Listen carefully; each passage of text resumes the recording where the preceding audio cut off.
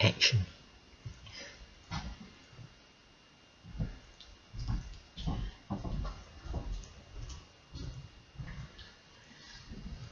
So, my arm. Can you bring my arm out? this one? Yeah. On top.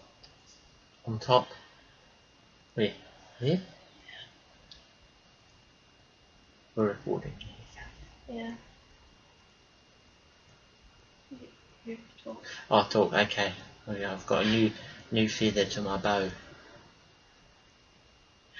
So today was the first day where I had to assist my wife with her toileting needs. I think is the best way to put it, and it's very hard for me to keep a straight face. I'm English, so there's a certain amount of humour attached to toileting, but there's certainly no humour attached to the loss of dignity, I think, the Bernice is feeling about having to ask me to give her a hand. She lost use of her arms. One of them's in pain and the other one she can't feel anything for some reason unknown. The M.E Gods have decided to bestow that one upon us today. It has happened before. The last couple of times it happened lasted a few days each time, but we never know whether these symptoms are going to be recurring or just temporary. But in the meantime, this time round, I actually needed to assist my wife with her going down the loo. Number ones. Phew! I hope Eden gets home before it's number twos. Stop! So it's a hard one for Bernice. It's not so hard for me. I'm kind of fairly straightforward about it. But we need to explain why we're telling the story. Oh, we're telling the story just so that people have a deeper level of awareness about what ME can do to people, and to document the journey for any future research. Anything that we can do to help, really, and to highlight the issues surrounding people with ME, because it's almost like a silent sort of hidden illness that only more recently, and I mean very recently, has it been looked at with any degree of seriousness by the medical profession as a whole, rather than individual little pockets here and there. Predominantly in America at the moment, because that's where the money is, so good on them. As I've said before here, the Ministry of Health doesn't even recognise it, so I think we've a wee way to go in New Zealand. But again, I would imagine that's similar in any small country around the world that doesn't have funding to look into those sorts of things. So we'll see what's up. You got some more pain? Okay. In your arm? Okay. So I think what you're seeing is the raw footage of this stuff that we deal with from time to time when it's really bad like this.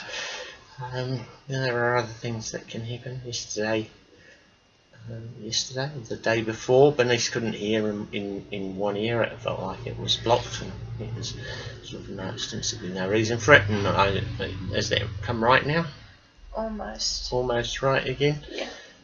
So yeah, this is the weird and wonderful rewiring of the nervous system meeting the brain that ME patients have to go through. I think I'm not. It's pain, and it's upsetting to will your body to do something and nothing happens. And I know it will pass, and I get upset, and Honey's very good at talking me down and talking me through it, but I think it's, while it might be uncomfortable to see,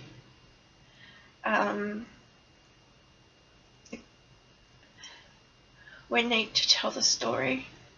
And I do get upset, and I'm upset now, but it's also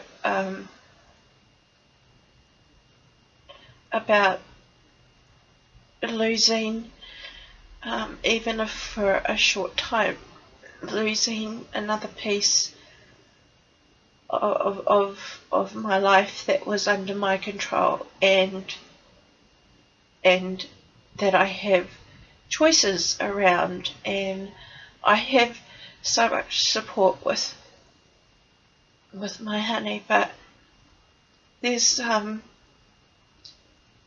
just grief. So associated with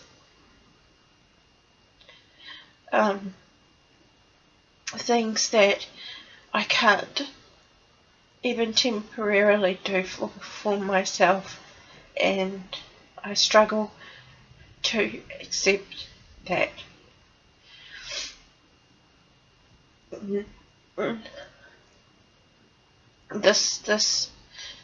the pain will probably stay for a while. It's inevitable, and all of a sudden my arm will work again at some point, but I struggle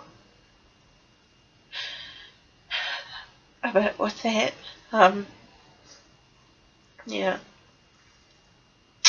So this is today, and tomorrow will be different. And just to finish on a lighter note, Yeah. if I may. Now, almost setting light to the lawnmower this morning isn't the worst thing that happened to me today. But I have to go and check to see if it's time to pick the kids up from school now. So let's turn it off. Yeah.